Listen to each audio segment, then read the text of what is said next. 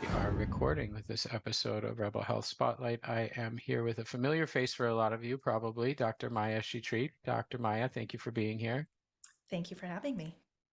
Yeah, it's always super fun when we get to connect, and not only what we record, but the great conversations we have before and after. So, uh, we just had basically a full behind the scenes podcast, and now we're going to record this for you. And so Dr. Maya is one of my best friends in the industry and somebody who's been on with us quite a few times.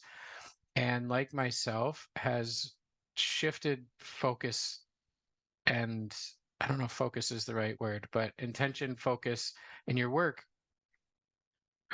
a lot, but not really. I think it's been different iterations of a very similar energy and mission and un, uncovering, I guess, of where you're headed. But Um, I'd love for people to get to know more about you and your work currently and how they can connect with you. So, my first question would be just share a little bit about yourself and your background. I know where you started and I know where you are now. So, the abbreviated version on how you got from A to B is a really fascinating story, and I think a lot of people would like to know. Sure. So I am someone who believes that we can inhabit many identities at the same time. And our society doesn't usually encourage that, I think, right? We're supposed to be like say, people say, what do you do? And you come up with your one answer that's simple and people can kind of wrap their head around it. And that answer for me had been like an adult and pediatric neurologist, or an integrative neurologist. And, that's what I did primarily for many, many, many years. Um, but I am an adult and pediatric neurologist, and I also listen and talk to plants. I am someone who loves the mitochondria and the microbiome, and also plays with mycelium and works and teaches around master plants and psychedelics.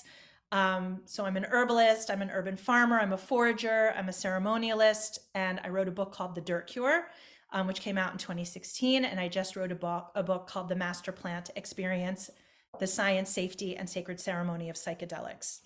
And in fact, um, I do very much believe that my work is exactly the same thing, which is really that we are not in an us versus them world, but in a me and we world, if we want it to be, right? If we acknowledge, right, that we're always in conversation with our inner selves, with our outer selves, with the world around us, and that's what makes us who we are. Um, and that's basically what I do with every project that I work on. So now I am, let's see, I'm trying to think of like how people can understand what I'm working on right now. One of the things that I'm doing is starting a certification for psychedelic informed professionals. And we can unpack that a little bit, but it is very, very different, I think, than other kinds of trainings that are out there.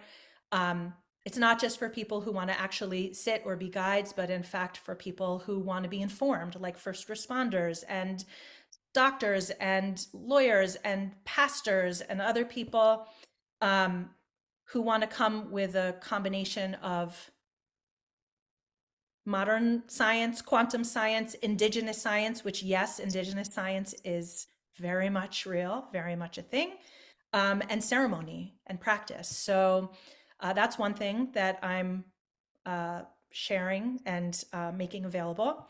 I've also started a um, or created a vibrational psychedelic master plant product, which are called quantum drops. They have really uh, impressed me with the testimonials that people are bringing in. It's a long story how I got there, but I grow master plants. That's part of how I am in service to them. I don't consume my plants, I just tend them. And together, me and the plants kind of created this ceremony in a bottle, as we call it. And there are people around the world now, doctors, therapists, and others who have been working with them. And just the stories, which I can share one or two, have been really amazing. And I also do microdosing coaching and work with people in a limited way, one on one. And that's a lot of where my heart is. I actually also bring in other cosmologies and languages when I work with people. So I look at science, physical, mental, emotional, spiritual, and bring in everything from science and medicine to spiritual practice to astrology, ancient astrology, when I'm looking through a lens at someone who's in transformation. Thank you. And I think that was the most interesting response to that question that I've yet received. Um, that is a very wide range of extremely interrelated things that may not seem super interrelated to first glance. Um, I always enjoy the conversations well, I enjoy all conversations I get to have here, but I especially resonate with the conversations with people who also like to blur the lines around like what is healing work or what is health or what is wellness. Whereas, you come from a like really structured conventional medicine side around the neurology, then kind of landed in the functional medicine space, but that's still on that like physiology side and the like Western science. Functional medicine still relies largely on Western science and constructs, and it's mostly like physical. And then the other side, when you're talking about indigenous and master plants and psychedelics and emotional and spiritual and connections to the earth and to the plants and to these traditions and ritual and culture and ceremony, that's a different side, at least in this construct I'm describing, of healing or transformation or wellness or health. And I don't often get to talk to people who make such a blurry mess of those lines. And so thank you for doing that and for dragging a lot of other people into that blurred uh, mixture and concoction and questioning like what is health and what is wellness and where does it come from and how do we create it and how has it been created forever. I like your mention of that, and how it's been created forever is not how it's currently being largely pushed and created. So I guess my quick follow up to that is how did were you always interested in that side of things, the spiritual, the plants, the earth, the traditions, the ceremony, the ritual, all of that side when you were becoming a neurologist, or was there a transformational event, or what I think I happened? will answer your question by saying yes. And Okay. yes means yes to all of that, right? That, Mhm. I think we all have inklings. And actually, I want to just say to your point about functional medicine, I am just preparing a talk right now, in fact, about the mystical experience and psychedelics for the Thought Leaders Consortium that Jeff Bland, who is one of the fathers, probably we could say, of functional medicine, um, Mhm. has invited me to give.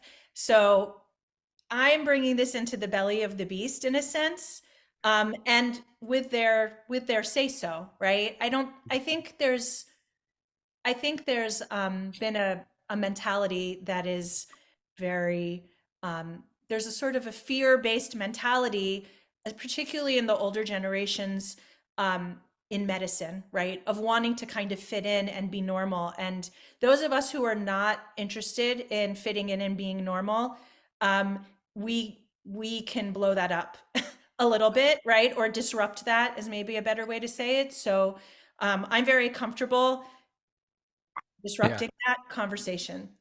I Um, think that's understatement. I mean, it's scary. It does. I have to push my boundaries a lot. It takes courage. I know though.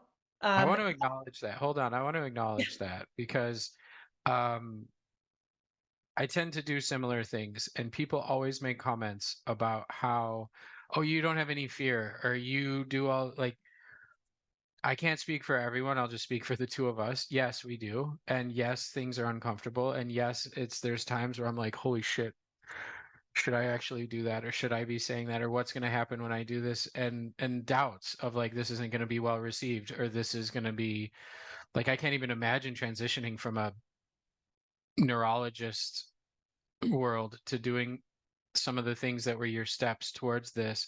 And how is this going to be received by my peers, by my colleagues, by this? So it's not an absence of fear, it's taking action with fear, like being there and allowing that, right? Yeah, absolutely. I mean, I know, for example, like I post pretty actively in my Instagram stories. I'm like get finding my way back after the pandemic when I just had to get off social media almost entirely.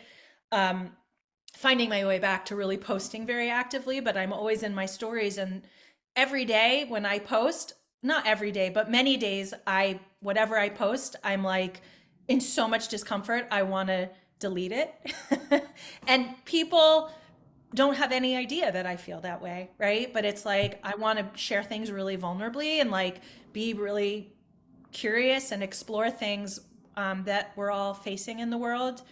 And yeah, it does. It takes courage. I've learned that the more uncomfortable I am when I post something, the more important it probably is that I post it, right? So it's unlearning this idea that I should feel comfortable a lot, which is what I like. It's certainly what I would, in theory, prefer, and really kind of chasing the things that make me uncomfortable um, to a great extent that tell me I'm going in the right direction, but not Mhm. without. I think that's an important thing for people to hear, because I think that we're very discomfort averse and as a culture, and that stepping into things that are uncomfortable initially, and sharing. I'm not on Instagram a lot anymore, but I do see your stories and I enjoy them. And I can tell that they're very genuine, and that this is very like, this is who I am. This is what I am. This is not some polished bullshit that we put up on social media, which is like most of the reason I'm not on Instagram that much. Yeah. But it is sharing from that vulnerable place. People resonate with it because it's sharing the experience that they also have and that they can feel and that they can identify with. And it's a lot of courage to do that. And then it gives other people courage to do it and lets people see, like, hey, I can do this too. And I can open myself up and be vulnerable and be real. So thank you. And thank you for creating the training that you're working on that we talked about a little bit before, uh, for psychedelic informed practitioners. I'd like to know, if people want to find out more. You mentioned your two books. You have The Dirt Cure and Master Plants. What's the full name of? You have it there. Yes. The Master Plant Experience, the Science, Safety, and Sacred Ceremony of Psychedelics. Is there one place where people can go to find all of your things? Yes, you can go to my website, which is drmaya.com.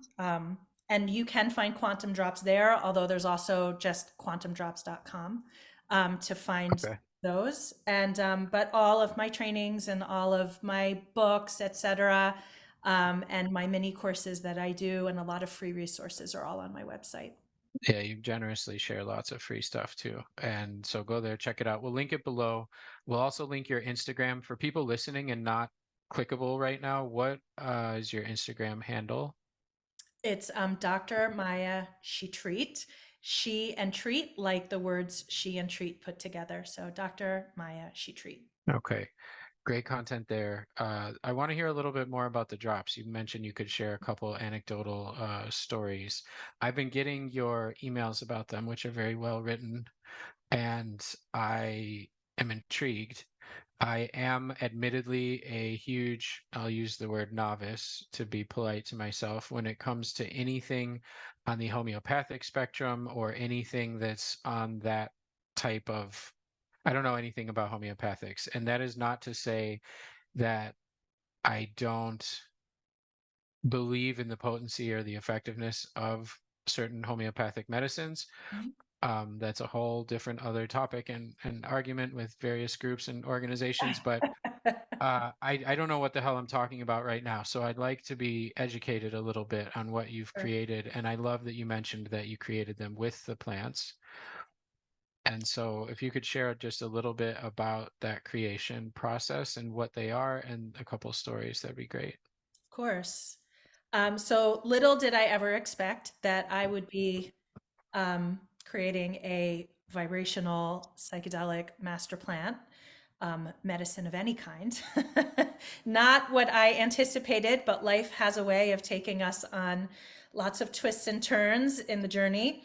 Um, and one day when I was tending my plants, and I have my own ayahuasca vine that is over 10 years old, I have a uh, It'll array. grow in New York, I survives the go winter. inside Oh, okay. with she has her own tree to grow up because she gets very like pouty essentially if she doesn't have a live plant, big plants. We have a giant tree. Luckily, I have high ceilings.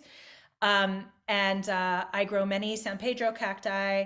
I have brugmansia. I have tobacco. I grow a lot of different master plants. I said, before that's my relationship with them is not so much to consume them in this way, but to tend them. And one day I was tending them and I heard in this very clear way, why do people think they need to consume us in order to experience our medicine? Show them another way.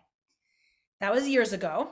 I was a little gobsmacked and not at all sure, although I have in my practice over the years, I've prescribed homeopathy, I've worked with flower essences. I think they are potent when, prescribed and offered in the right way in the right circumstances. But I really didn't know what this was. It's not homeopathy. It doesn't start with any plant matter, which homeopathy in theory, although it's an energetic imprint, does start with at least something.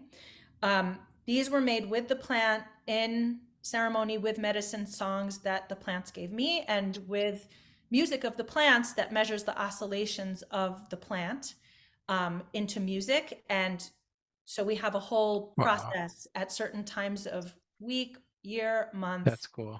And the plants sometimes show me when to make it because let's say they burst into flower, right? Like there can be like a moment like right now, in fact, I have several brugmansia bushes, which, PS are very potent psychedelics, but also potentially very poisonous and deadly.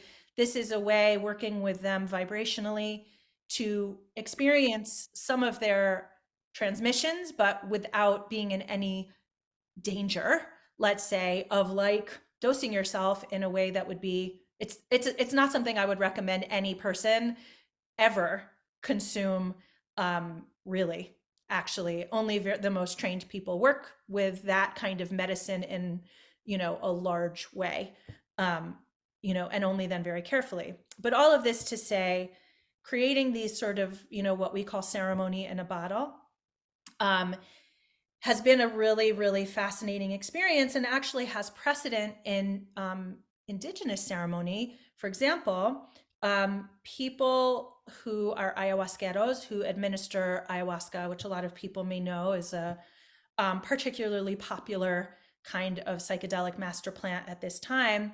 They sing icaros, which are these songs, these medicine songs, and the icaros are actually considered to be uh, not they're considered to be equal in potency to drinking ayahuasca brew. They are considered to be vibrational transmissions from the plants. And my teachers, in some cases, didn't even give people ayahuasca brew to drink, but would only drink a little themselves and sing the icaros, and people would be having ceremony and crying and vomiting and having the whole kind of journey through the icaros.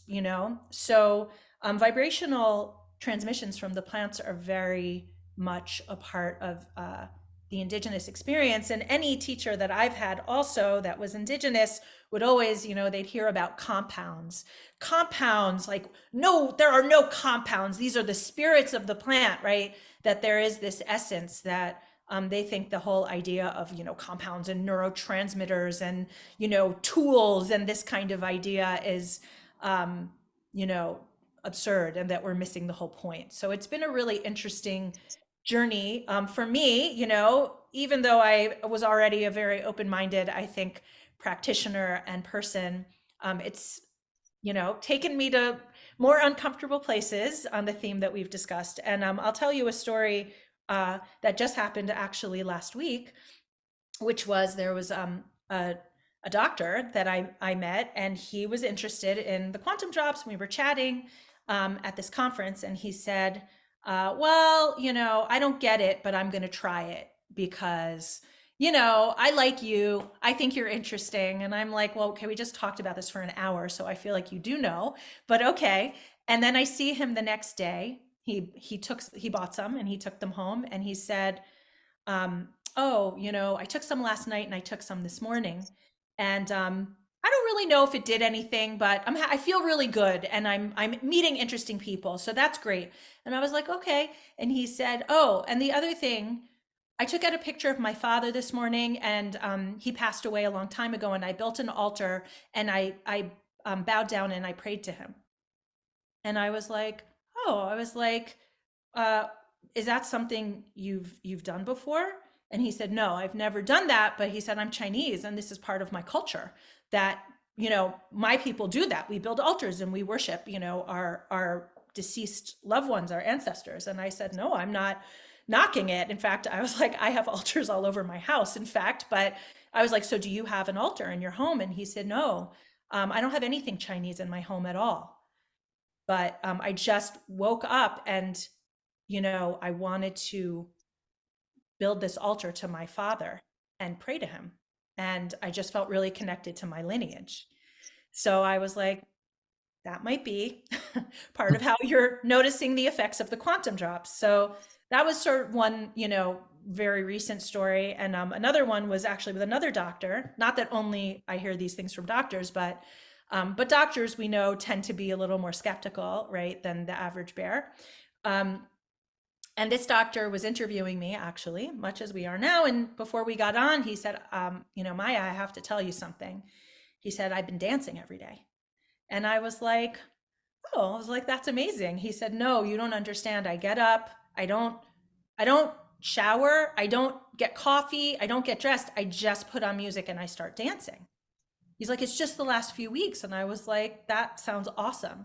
He said, well, I didn't know why it was happening. And then I realized I started taking the children every day. The children is one of our drops. We have the grandmother, the grandfather, and the children. He said, I've been taking the children every day. And I realized that was when I started dancing, when I looked back at when it started. And that's like very in line with this idea of like connecting to inner child and doing that kind of work of like finding your playfulness and your lightness. And so, it's been, and I've heard lots of other kinds of stories. These are just two recent and remarkable ones. Wow, that's really cool. Thank you. And I'm curious, are the children mushroom related? They are. Okay, that's what I figured. Yeah. Really interesting. Maybe I should have some shipped to California for my next visit. Getting things here, people warned me when I moved over here that it's difficult to get stuff shipped here regarding like Mm, tinctures, supplement, all that. It's like literally impossible. So um, we'll have to connect offline, and I should have some shipped to yeah. I mean, we uh, do ship all over the world, and so far to Europe, to, the they have Philippines, to like a custom. Australia, but I don't know if Italy is its own entity Yeah, in that regard. it's like there's a wasteland of boxes sitting somewhere in Italy that have never been delivered to people from that Yeah. type of stuff. That's really interesting and subtle. Like in the subtle work I've done with plant medicines and psychedelics, I've encountered a lot of those similar stories too, that are like, I'm not sure if it's this, but then this happened, or this happened, or this thing. And for me, I've noticed, and I love that you mentioned that the indigenous will say that it's the spirits of the plants, not these compounds, because I have quite a bit of experience with plant-based psychedelics and plant medicines, and they these are conscious things. These are not like you take a Tylenol and your pain goes away. It's like um in the right setting and when you're open to the communication, this is like having something larger and more intelligent than you in the room. And um and unique plant to plant as well, like very unique and personality wise. And I don't want to use the word personality, but essence wise and means of communication wise. They don't have those nicknames of grandmother and grandfather and mother and children for no reason. Like that's Right. it's Right. interesting. Yeah, and that's Uh, why I called the book The Master Plant Experience, because master plant, and I certainly in no way speak for all Indigenous people. No one could. But what many different Indigenous communities have in common is they understand that these are masters, and they are, teachers and transmitters of ancient wisdom that we need to shift our consciousness and change our behavior so we can um, human better, essentially, right? It's not an easy yeah, task that we have here. we're not humaning very well right now collectively, so humaning better would be a very valuable thing to learn. I'm curious, speaking of humaning better, if we're at about time, if you can leave us with one or two either practices or I don't know, suggestions, tips, recommendations, practices. If somebody wants to kind of shift the needle or maybe disrupt their own uh, patterns or flow or whatever, as we described it earlier, how we like to disrupt things. So just a couple simple practices that are either earth-based or ritual-based or ceremony-based that you'd like to share. Well, gosh, I'll say a few quickly.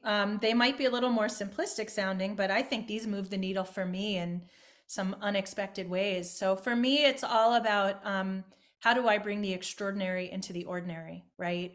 Um, so that's part of what my rituals and my practices are built to hold and invite in. One of the things that I really am a big fan of is just diving into your imagination, which I call make bad art TM. And make bad art TM is like, you don't have to know what you're doing. You don't have to make something pretty. You don't have to make something Instagrammable. You literally take art supplies as if you're a second grader, literally, and just give yourself time. I used to do it on like a weekend morning. Like I would just get up and that would be what I do. I would paint. And some things I actually painted were really cool, and some were not impressive to me whatsoever. And it really didn't matter because it was like a very opening, important practice for me. And I think my belief is we know everything that wants to be here and is here, but we have to tap into it. And we've been taught imagination is the opposite of real, but actually it might be more real. So tapping into that is one big thing. I actually think finding physical touch, like just hugging people, holding somebody's hand, like very simple. It doesn't have to be anything dramatic. You and I were talking about, if we're lucky enough to find somebody who can actually like offer a massage or some kind of like touch therapy. I think touch is incredibly underrated. It's probably far more healing than anyone really wants to admit or realize, other than obviously people who do that for a living. And the last thing is just random acts of kindness. So whenever I can, I just, if I see any opportunity or I can invent an opportunity, I just try to, come up with little creative ways to show kindness to people. Um, and they're the best I can do, right? It's not like probably the most amazing, most wonderful, most kind thing, but I think doing that, it's like it kind of opens this flow state. And it's like one of those things that's, I love things that are win win win, like everybody wins. And random act of kindness, you do something for somebody else. So that's like a win. And you get to feel like so lovely and in flow, and like, so those are just some simple thoughts. Simple but effective. And I like it because it's a theme in that question on these interviews has been something. Almost all of my guests have prefaced their answer with, this is going to sound overly simple, but, and it's things as like as getting outside, getting your feet in the dirt, to doing acts of kindness, making, I like that, making bad art. Woo! Like any art that I've ever made. And so it is, but it allows the expression to come forward. And so it doesn't stay bottled up. So thank you for sharing that and for all the beautiful work that you're doing and things that you're disrupting, and for sharing it so openly and vulnerably with the world. It's a real gift, and I hope to potentially collaborate with you on some of it and we can disrupt things together. I think it'd be a lot of fun. And yeah, just thanks for everything. Thank you. It's nice to have partners in this.